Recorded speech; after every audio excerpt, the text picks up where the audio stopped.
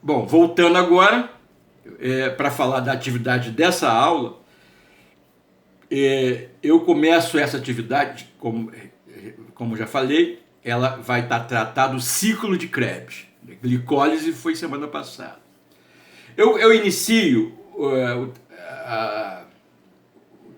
vamos dizer, o material com uma imagem bonita de um mitocôndria, a imagem interna, quer dizer, uma parte externa mostrando a parte externa e um corte mostrando a parte interna das mitocôndrias.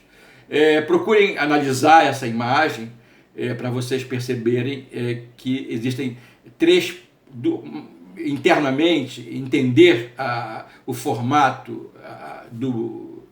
da organela, da mitocôndria, é importante. Porque a parte interna mesmo, chama-se matriz, a parte interna aparece os labirintos, e dentro desses labirintos tem um conteúdo que a gente chama de matriz. Então o ciclo de Krebs e a fosforilação oxidativa ocorrem na matriz, no interior da mitocôndria, enquanto a glicólise ocorre fora das mitocôndrias. Isso quer dizer que o piruvato ou ácido pirúvico formado na glicólise penetra nas mitocôndrias para seguir o processo. Bom, então vocês têm essa imagem que está muito boa da mitocôndria. Aí eu destaco uma reação, a primeira, podemos dizer assim, a primeira reação do ciclo de Krebs, que são 10 reações. São 10 reações. Eu falei que não vamos tratar do meio do processo, por causa da complexidade e das nossas dificuldades. Mas eu estou destacando a primeira reação das 10. E falo sobre elas. Procurem prestar bem atenção, muita atenção, no que eu falo sobre elas, que vai servir de apoio para entender todo o processo, inclusive o metabolismo energético lá para frente, como a fotossíntese e a fermentação. Quer dizer, é importante vocês concentrarem muita atenção nessa primeira reação, que é, na verdade, a reação com o ácido pirúvico ou o piruvato. Ele reage com a coenzima A, para formar um composto chamado acetilcoenzima A. Está tudo lá bem explicadinho, mostrado a imagem e tal. Bom, o que é mais interessante? Eu mostro tem uma imagem com todo o ciclo de Krebs, com as suas 10 reações.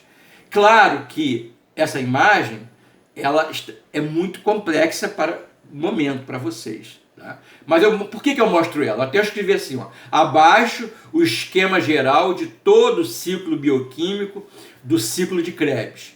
Infelizmente, nós não vamos nos aprofundar nas noções, reação por reação.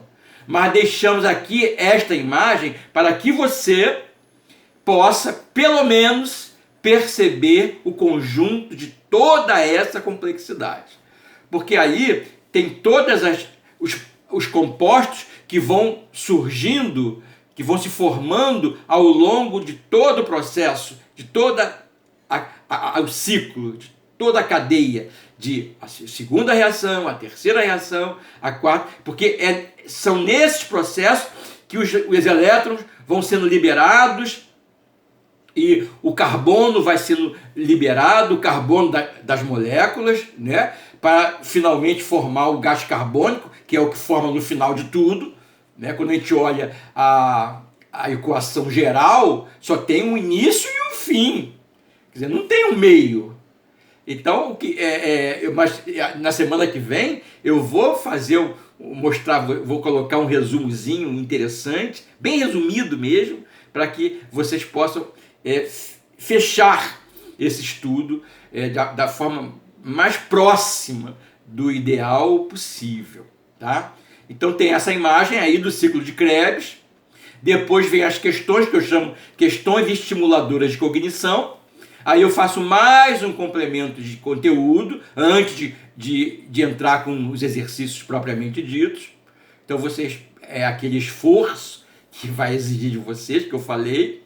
E finalmente, importante dizer, que eu coloco aqui antes de começar os exercícios. Outra informação importantíssima é que ao final das 10 reações, de cada volta do ciclo, esse cada volta é importante, o produto final é de 2 moléculas de gás carbônico, 3 do NADH, que é um aceptor de hidrogênio, né? Uma das moléculas daquelas que eu tenho falado, que são fundamentais, como auxiliares bioquímicas do processo, um ATP e um FAD. FAD é outro aceptor de hidrogênio.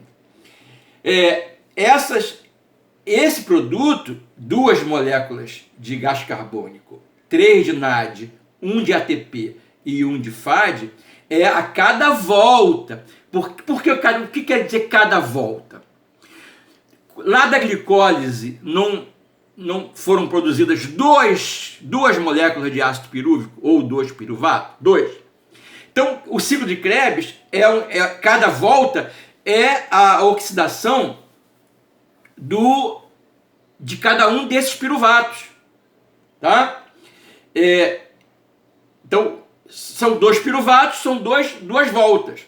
Então, quando a gente for ver na semana que vem o resultado final de tudo, nós vamos considerar as 2 voltas do ciclo de Krebs, e não uma só. Por enquanto, hoje, a gente só trata de uma volta. Mas não podemos esquecer que, na verdade, são 2 voltas.